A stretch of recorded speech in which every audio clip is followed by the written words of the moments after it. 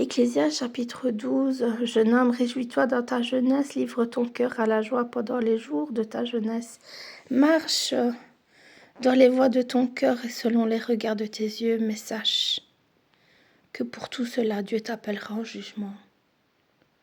Bannis de ton cœur le chagrin et éloigne le mal de ton corps, car la jeunesse et l'aurore sont vanité, mais souviens-toi de ton Créateur pendant les jours de ta jeunesse, avant que les jours mauvais arrivent, et que les années s'approchent où tu diras « je n'y prends point de plaisir » avant que s'obscurcissent le soleil, la lumière, la lune et les étoiles, et que les nuages reviennent après la pluie.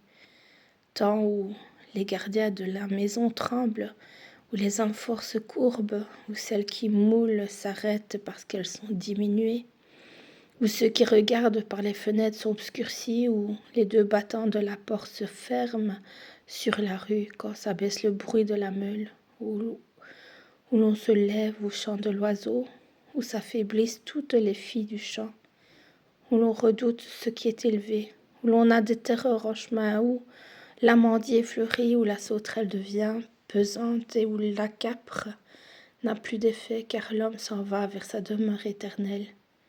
Et les pleureurs parcourent les rues avant que le cordon d'argent se détache, que le vase d'or se brise, que le seau se rompe sur la source et que les roues se cassent sur la citerne, avant que la poussière retourne à la terre comme elle y était, et que l'esprit retourne à Dieu qui l'a donné.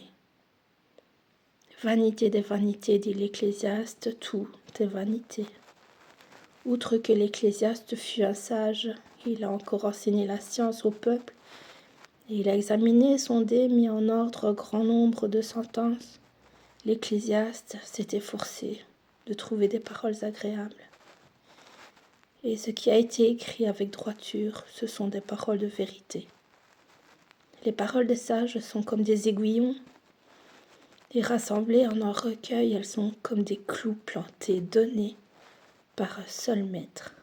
Du reste, mon fils, tire instruction de ces choses. On ne finirait pas si l'on voulait faire un grand nombre de livres, et beaucoup d'études est une fatigue pour le corps. Écoutons la fin du discours. Crains Dieu et observe ses commandements. C'est là